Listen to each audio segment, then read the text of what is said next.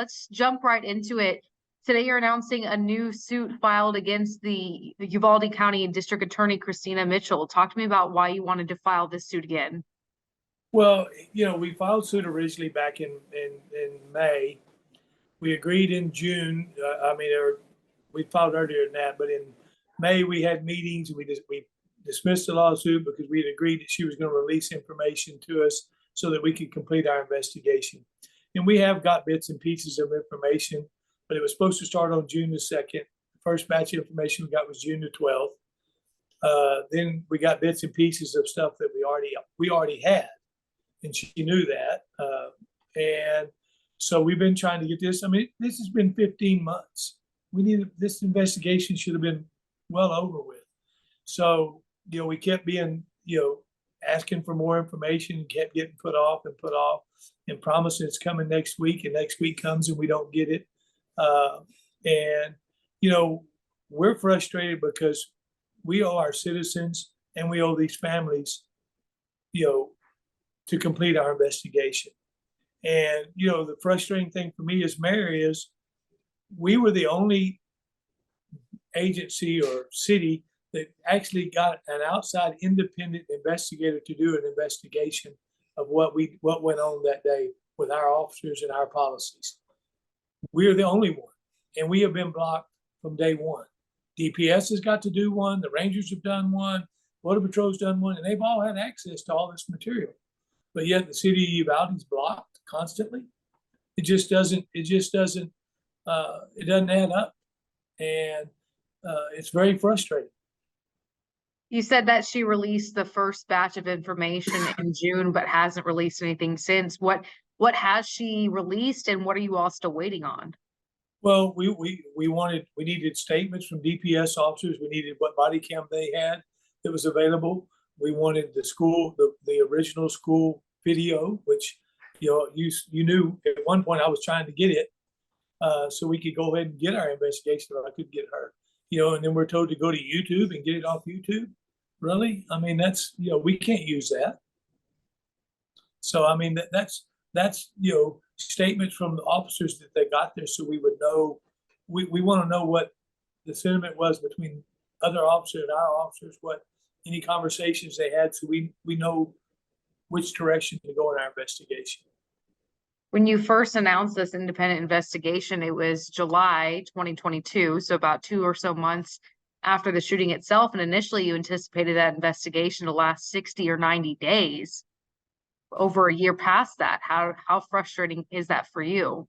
Well, it's frustrating for me. It's frustrating to my council members, because every time we go somewhere, we're stopped constantly by citizens and family members. Where are we at on the investigation? Where are we at on the investigation? And I mean, most of them realize now that we've been, we're relying on the district attorney to get information, and we're not getting it. Right. In your statement you sent out, you said this is a cover-up. That's a pretty strong allegation. Well, okay. Have you ever heard, or have you been told that the DA had her investigators there while this standoff was going on, or while the 77 minutes? I mean, he was there. He's on the video. And my understanding, there could be more than one of our investigators were there. But that one I know was there. And I mean, like I said, that hasn't been disclosed. But we don't know whether he was ever interviewed, or a statement was taken from him, or anything. And that's concerning for me. To me, that's a conflict of interest for her, in my opinion, because if your investigator was there, how can you investigate something, say you're going to prosecute it? And Shane, who you're alleging was there, he's not listed on the Texas House Investigative Committee report about what happened at Robb that day. I agree. That's what I'm saying. How does he get off? How does his name not appear anywhere? He's there. I talked to another news agency, and they said they actually saw him in one of the videos. Is there a certain video clip you saw him in, so we can go track that down ourselves too? Supposedly that's on our. I have not. I still have. We have abided by what we said. I have not had access to any of the investigative material, because we said from day one that no city officials or councilmen would have access to that material, and I have not. I was told this early on and kept asking questions and kept digging, and got confirmation that yes, he was there. And refiling this suit, is it just out of sheer frustration? Is there something that prompted you all to refile this suit again today, or I guess yesterday? Well, it's both frustration because, look, almost a year, a little over a year, and we're still hadn't got to complete an investigation. I mean, the families definitely deserve answers. This community deserves answers. And we as a city need answers so that we can do what needs to be done. Whatever measures need to be taken, whatever policies need to be taken. And hopefully out of this investigation, ours and whatever the DPS did, that we can find mistakes or whatever that we can let other agencies know. So hopefully this never happens again, or those mistakes are made. Right. You talked about it, it's been 15 months since the tragedy and you all deserve these answers. Have you gotten any word from Christina Mitchell after you filed this lawsuit or in the days leading up to it? Has she given you any kind of reason of why she's not complying with her previous promise, saying that, yeah, I'll hand over the material?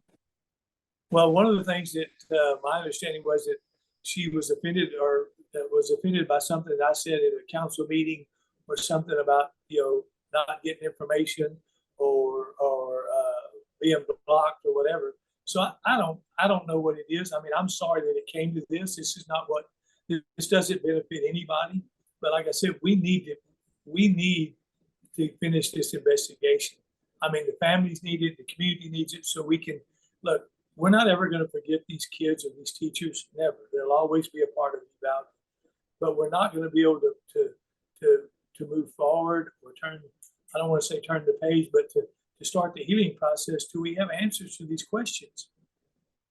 Yesterday it was released in the Express News that she's planning on handing over her investigation into to a grand jury by the end of the year. Have you heard anything like that from her? Is that a positive sign for you?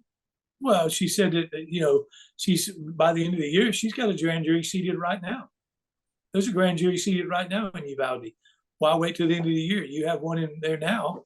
You act like you don't have one, but you do. I mean, look, do I think there was a failure that day on the leadership of law enforcement? I do. I've said that more than once. I do. There's no question about that. Do I think that you're going to find criminal charges against these officers? Honestly, I don't believe you will. Do I think they made bad mistakes? Do I think they used poor judgment? Yes, I do. Do I think they did it with malice or intent? No, I don't. And that's just my opinion. I'm not speaking for anybody else, but I mean, but still, we need to know. We need to know what took place, what our officers thought, what their actions were, and everything, so that we can, if what changes we need to make, what discipline deals that we need to make, that we can do that. Do you think this will encourage the district attorney, like the previous filing of the lawsuit would encourage her to work with your investigator, your outside investigator again, like it did the previous time, or what is your intention with this lawsuit? Well, my intention of this lawsuit is, one, to bring attention to what's been going on here. Secondly, is no, I don't think she will. I don't think she will work with us at all. I don't think she has any intention of working with us. I think this lawsuit will probably aggravate her even more. But at the same token, I also feel that she should be removed and an outside prosecutor brought in.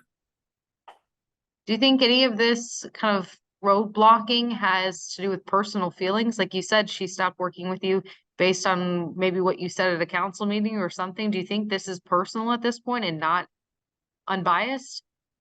Well, if it's personal, that's pretty bad, because no matter how you feel about me or whatever, you shouldn't hold that information to let progress go forward and let this investigation continue. I mean, that's pretty petty if it's because she has animosity toward me. Has there been any attempt to walk across the street from the council chambers and say, hey, what's going on? Y'all are in such close proximity there. I've been to 2 meetings with the district attorney, offered to sign whatever NDA she wanted to sign.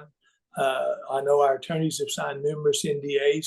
So has Jesse Prado and different things. And the olive branch never gets extended back. Clarifying on my end, is this a second lawsuit or a refiling of the first one? It's a refiling of the first one with more information in it. Okay, perfect. Dawn, is there anything else we need to discuss here? No, like I said, I'm sorry that it's come to this and that day, but like I said, we don't need to be 18 months, 2 years from now, still hashing this over. We need everybody's big boys that was there that day. You had 300 law enforcement officers there that day, over 300. You had, everybody just needs to lay the cards on the table and be big boys and take the lumps that come. I mean, there's no question that mistakes were made that day.